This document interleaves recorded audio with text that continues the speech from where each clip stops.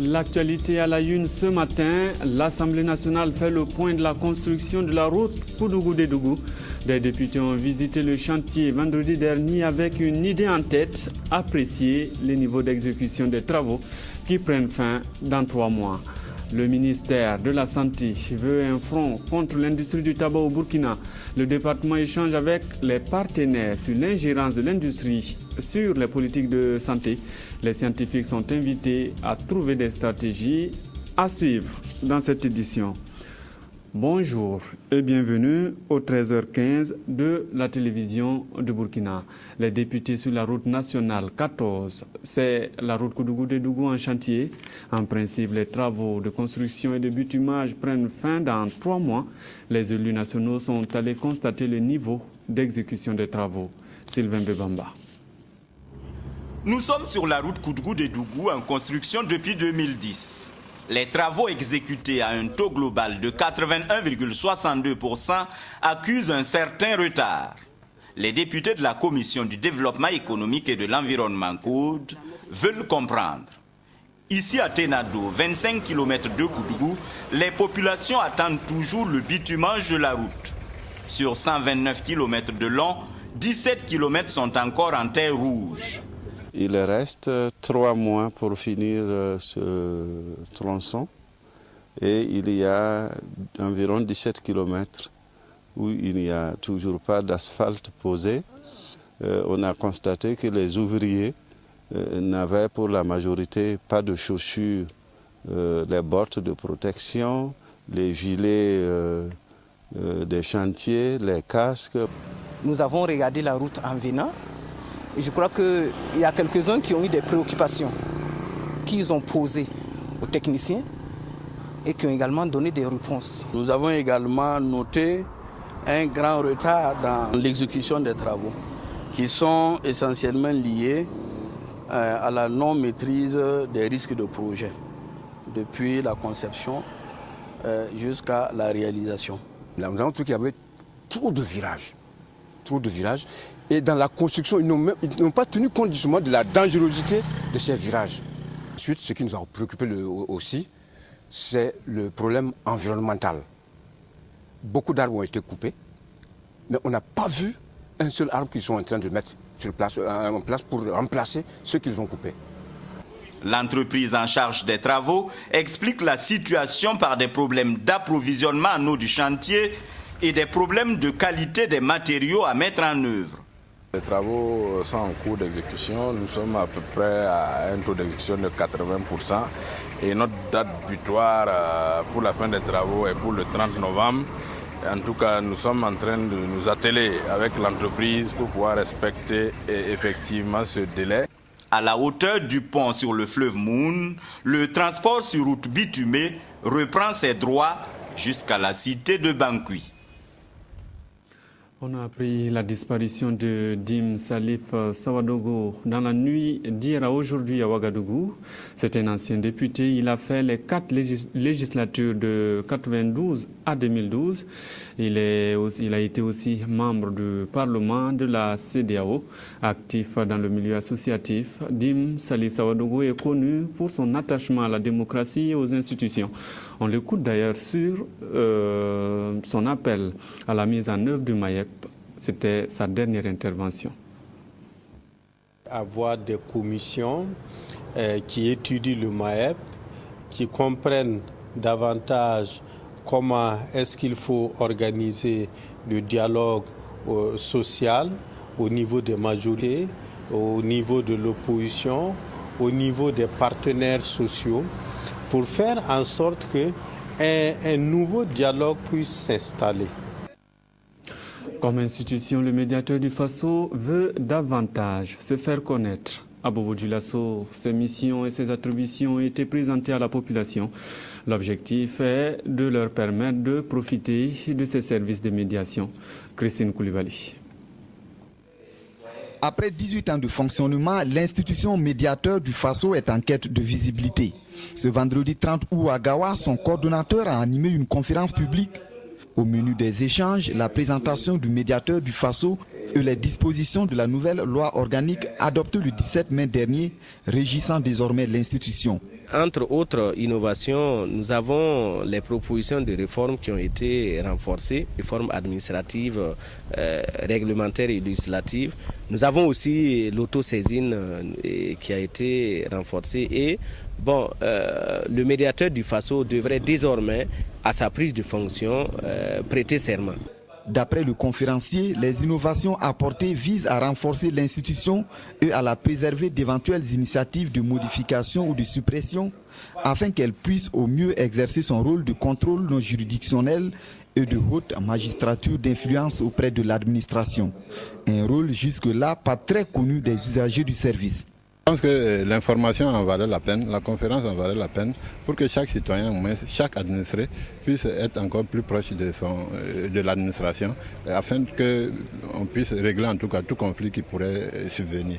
Cette conférence est la bienvenue, alors, en ce sens qu'elle nous a permis d'actualiser nos connaissances en la matière de médiation, de contentieux qui naissent au niveau de l'administration. Venu des Hauts-Bassins, le conférencier continue sa tournée et devrait déposer sa valise la semaine prochaine dans la région de l'Est. Voilà, c'était là donc une conférence qui s'est tenue à Gawa et dans la région. Là, il y a eu plus de peur que de mal chez les cotonculteurs de Diebougou. La saison a démarré avec des manques de pluie. Il a fallu attendre fin juin pour que les semis prennent. Mais à l'heure actuelle, tout est rentré dans l'ordre. Les producteurs restent optimistes sur l'issue de la saison. Rokia Sanou. L'une des particularités des champs de coton de la région de Diebougou, c'est que les parcelles sont hétérogènes. Les stades de préfloraison, floraison, capsulaison et même maturation se côtoient dans un même champ. Cela serait dû à un début de campagne difficile qui a occasionné des ressemis. J'ai dû faire 3 semis à cause du manque de pluie. Heureusement, la société nous a régulièrement ravitaillés en semences. Et depuis le début du mois d'août, les choses évoluent bien. En mai, il y a eu des semis, mais comme il n'y a pas eu de pluie, ces semis-là ont cramé et il était obligé de faire des ressemis. Donc c'est une de nos grosses difficultés comme ça. Et également, vous verrez aussi dans les parcelles qu'il y a un problème de densité. Parce que tout le monde ne reprend pas les poquets vides. Ici, l'on est loin des grandes superficies rencontrées dans la boucle du Moumoun, car 63% des producteurs sont encore à la Daba. Seuls quelques-uns comme Pascal Sommet possèdent des charrues et des tracteurs. Avec ces matériels, j'ai semé 14 hectares de CGM. J'ai fait le dernier semis le 20 juin et je n'ai pas encore terminé les traitements. Néanmoins, j'espère récolter environ 17 tonnes de coton. Si on se réfère un peu à la campagne écoulée, et en se basant sur le rendement qui est de 969 kg à l'hectare, si on affecte ça à nos superficies, nous sommes autour de 34 000 tonnes que nous attendons cette année dans la région du Sud-Ouest. Pour atteindre cet objectif, le chef de région exhorte les producteurs à bien entretenir leurs parcelles. Le peu que nous avons pu réaliser, il faut qu'on arrive à le sauver. Une capsule qui naît, il ne faut pas qu'elle meure. Il faut qu'elle donne du coton. Donc, lutter contre l'ennervement, continuer les traitements, passer de temps en temps dans les parcelles, faire des observations eux-mêmes, essayer de respecter les calendriers de protection phytosanitaire. Au total, 36 000 hectares ont été emblavés dans la région cotonnière de Diebougou, soit environ 88% des prévisions qui étaient de 41 000 hectares. Les variétés sont à 50% conventionnelles et 50% génétiquement modifiées. Seydou Bikinga de Nagrengo s'engage dans le reboisement. Le guérisseur a remis 5000 plants à 56 villages. Depuis Baouré, une commune rurale du centre-nord, je guéris par les plantes, je plante des arbres. Voici son slogan. Wendata Nathalie Kaori. Cela fait 37 ans que le cheikh Seydou Bikenga soigne des malades à base de plantes. Conscient de l'impact de son activité sur l'environnement, il est allé dans son village natal remettre des plantes de différentes espèces. À l'image du chef de Pibaoré, ce sont 56 chefs des villages de cette commune qui recevront des plants à mettre en terre dans leurs localités respectives. Et pour les inciter à bien entretenir leurs plants, le cheikh Bikenga a promis des infrastructures sanitaires et scolaires aux 2 premiers villages qui réussiront à faire survivre les plants remis. Chaque village aura 100 plants à mettre en terre. Nous allons faire le tour plus tard pour constater l'évolution de ces plants dans chaque village. Le village qui aura le mieux entretenu les arbres, nous lui donnerons un centre de santé. Le village qui se serait classé 2e aura une école. Nous prenons cet engagement aux yeux du monde entier.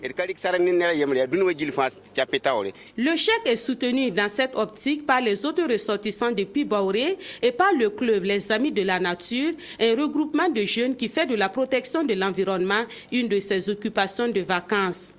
La plupart des membres du club La Nature sont des amis du cheikh Bikenga Seydou. C'est son village natal Pibaoré. Et la première initiative que nous avons organisée, il a eu l'idée de nous dire d'aller dans son village pour que il puisse donner l'expérience à ses frères et à ses sœurs. Nous avons distribué 56 fois 100 arbres, 5600. Il ne suffit pas de planter des arbres, effectivement, mais nous allons mettre des moyens, nous allons voir avec les jeunes qui sont engagés devant vous pour entretenir ces plantes que nous avons mis. C'est vrai que 5000 plants pour entretenir, ce n'est pas facile. C'est comme si vous avez 5000 bébés. En plus des plants remis au chef coutumier, un bosquet de 500 plants sera constitué à proximité du champ du président du Faso à Pibaoré. Ce champ de 4 hectares sur lequel poussent actuellement des spéculations telles que l'arachide et le haricot sera remis officiellement à son propriétaire dans les jours à venir. Non à l'ingérence de l'industrie du tabac dans les politiques de santé publique au Burkina. Le ministère de la Santé est catégorique. Pour réussir son pari, il a échangé, même avec les autres départements, pour faire un front contre l'interférence.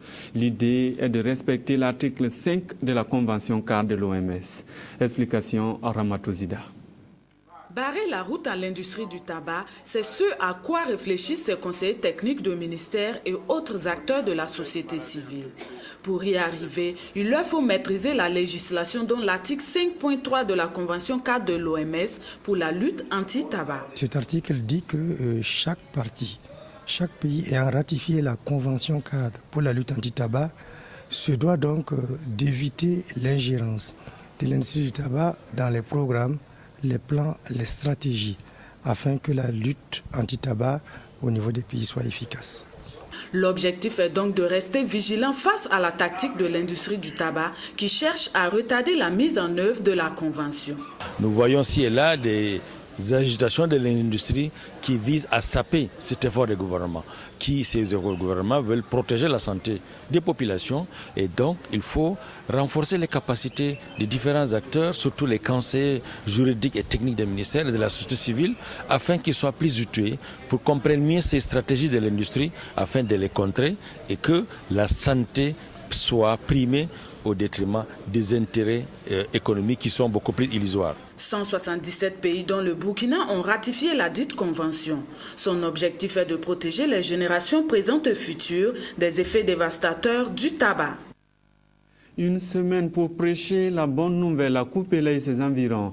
La jeunesse de l'église évangélique SIM était réunie à Koupela du 27 août au 2 septembre dernier. Au menu des échanges, l'évangélisation porte à porte pour conquérir les âmes perdues. Ramatouzida. À Koupela, ces jeunes des églises évangéliques sont à l'école de l'évangélisation. Des aînés, ils acquièrent les rudiments nécessaires pour mieux reprendre la bonne nouvelle du Christ et faire de nouveaux disciples. C'est de créer un cadre d'épanouissement, de formation pour nos membres et aussi pouvoir vraiment faire une campagne d'évangélisation où nous allons annoncer la parole de Dieu. Comme notre thème le dit, Dieu a envoyé Jésus-Christ et lui aussi il nous envoie dans cette ville de Koupela. Louanges, prières et prédications ont été les temps forts de ce camp d'évangélisation. Les enseignements ont surtout porté sur les différentes méthodes de propagation de l'évangile. Nous attendons au sortir donc de ce présent camp que tous les jeunes puissent retenir les différents enseignements pour que la jeunesse de l'église évangélique SIM aille de plus en plus loin. Plus de 200 campeurs étaient présents à la rencontre de Koupela, initiée par la jeunesse de l'église évangélique SIM de Fadangourma. Une occasion de plus offerte à la jeune génération de marcher sur les pas de leur père afin de mieux accomplir l'œuvre de Dieu. Ce journal est terminé. Merci de l'avoir suivi en notre compagnie. À demain.